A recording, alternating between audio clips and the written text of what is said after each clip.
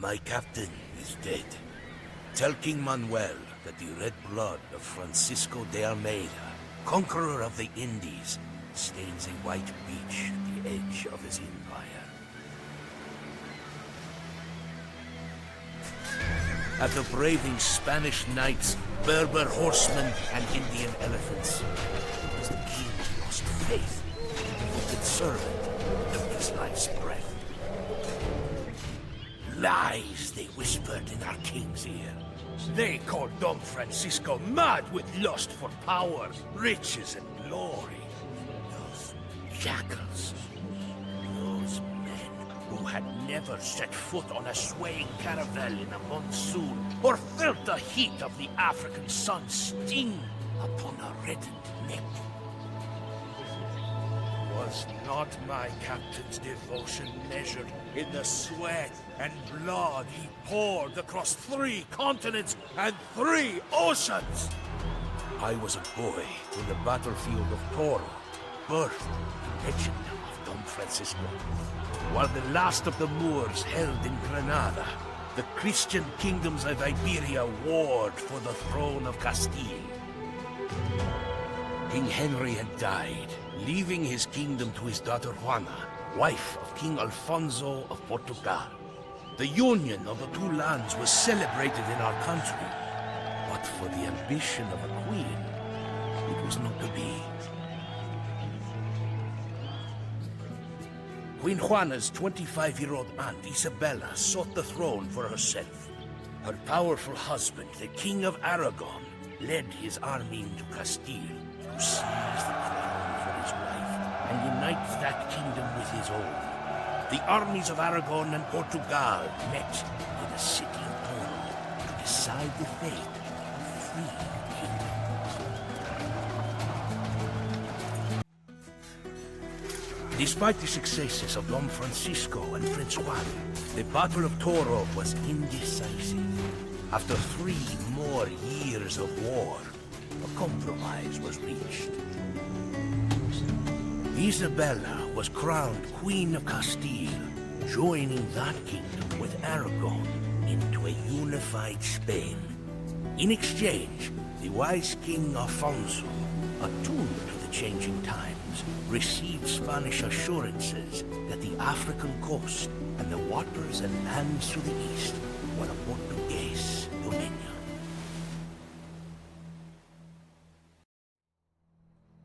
I began my journey with Don Francisco 2 decades ago in Morocco.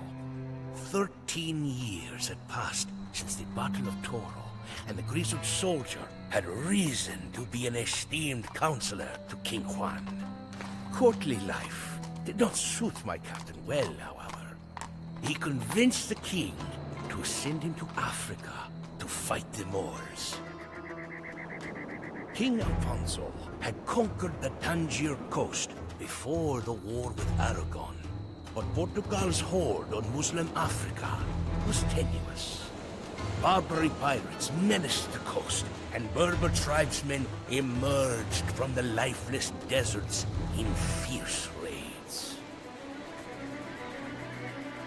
Against these predators stood a fragile outpost of Christendom on an island in the Lucos River.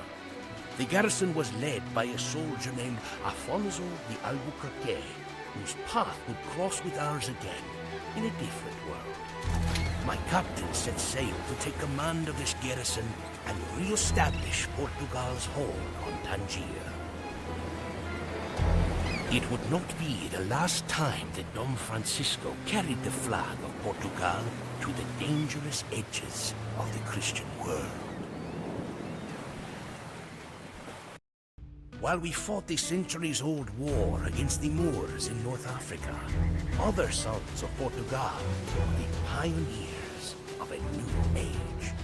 On small, leaky caravels, they took the first daring steps from Europe and lifted the shroud that had obscured our understanding of the wider world for a millennium. The world was vast. Far vaster than we had ever imagined. But men like Bartolomeo Diaz and Vasco da Gama reached distant shores, and gave us the first glimmers of a coming global empire. The Turks and Moors might flash their scimitars over the Mediterranean, but they wore no armor on their backs. There, in the Indian Ocean, an ancient trade flourished to the enrichment of the Muslim world.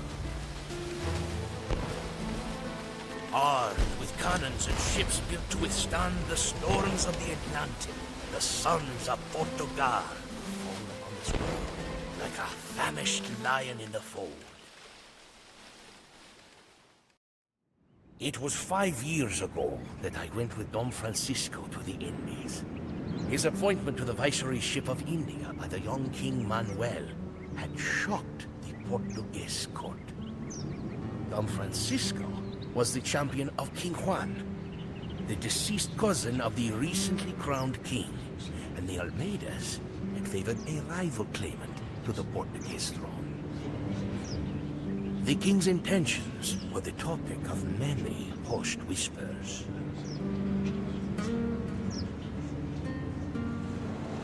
We sailed for many months across the edge of the world, preyed upon by pirates, storms, and disease. But as our leaky ships rounded the southern cape of Africa, we saw the first glimmers of the riches of the Orient. 3 mighty citadels guarded the lucrative trade waters of the Swahili coast, where merchants traded ivory, gold, spices and jewels from the innards of Africa to the fringes of faraway China. Weathered by the long voyage, Don Francisco sought trade and hospitality from the first of these citadels. But our stubborn ruler, a usurper who had slain the rightful sultan, arrogantly closed his gates to us. Finding an exiled African prince with ties to a rebel army, my captain cunningly hatched a plan to take the Swahili coast by fire and steel.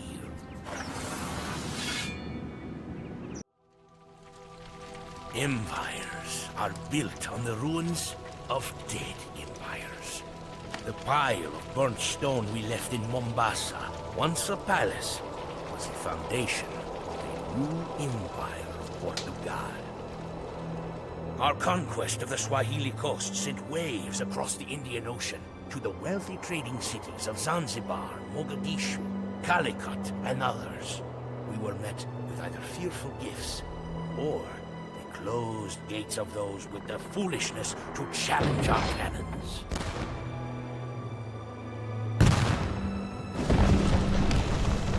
Few would continue to make that mistake.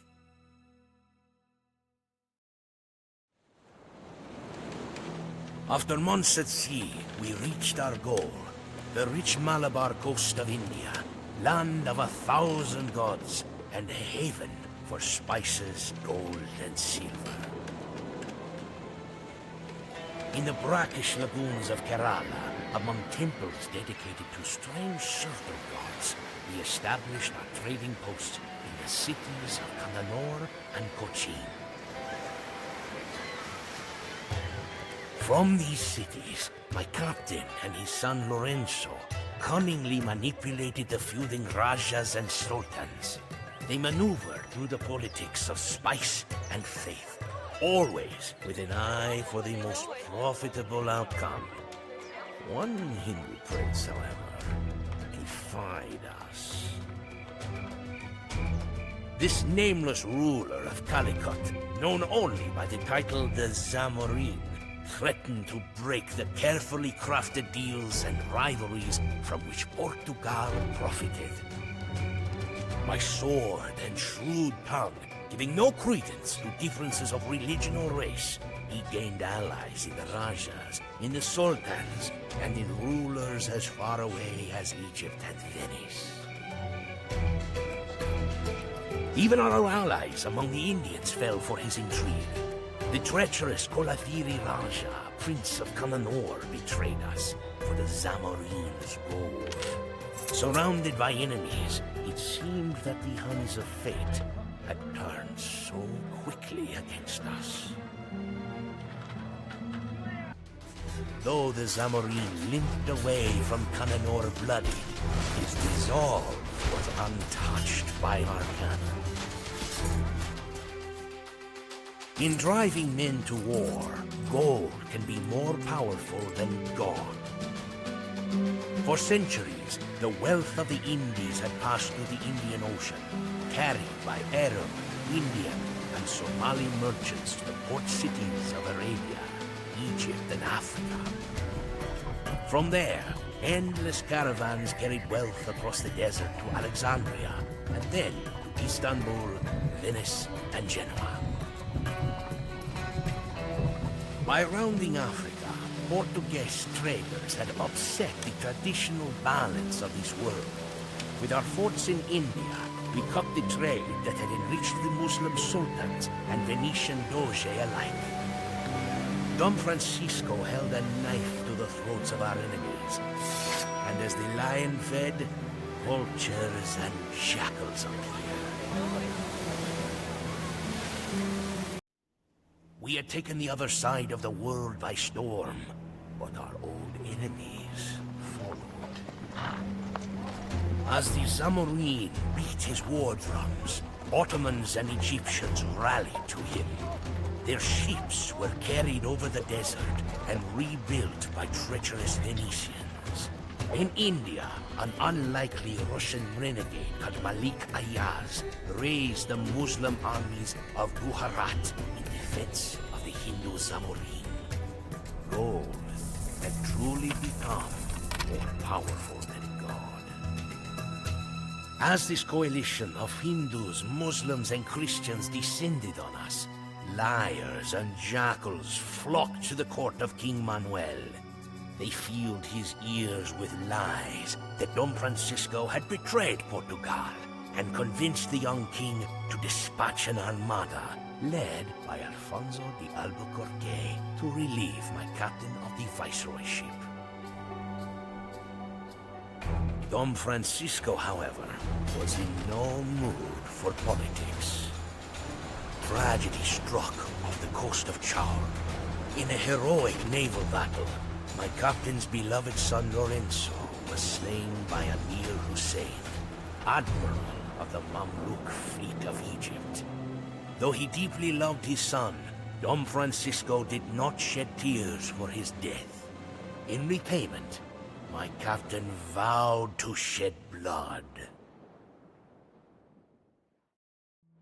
With his son's death avenged, Don Francisco surrendered the viceroyship of India and wrote his final chapter. He would not return to his beloved Portugal. Landing in southern Africa to collect water, his party was ambushed by the Khoikhoi natives. We found his body on that forsaken white beach. In the 5 years since we departed Lisbon, we followed Don Francisco to the edge of the earth.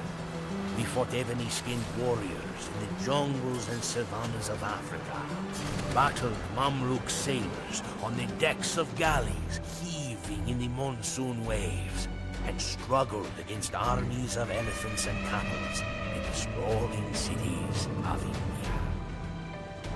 Our caravels had taken us to the distant shores unknown to our ancestors, and awoken Europe to a world beyond our dreams.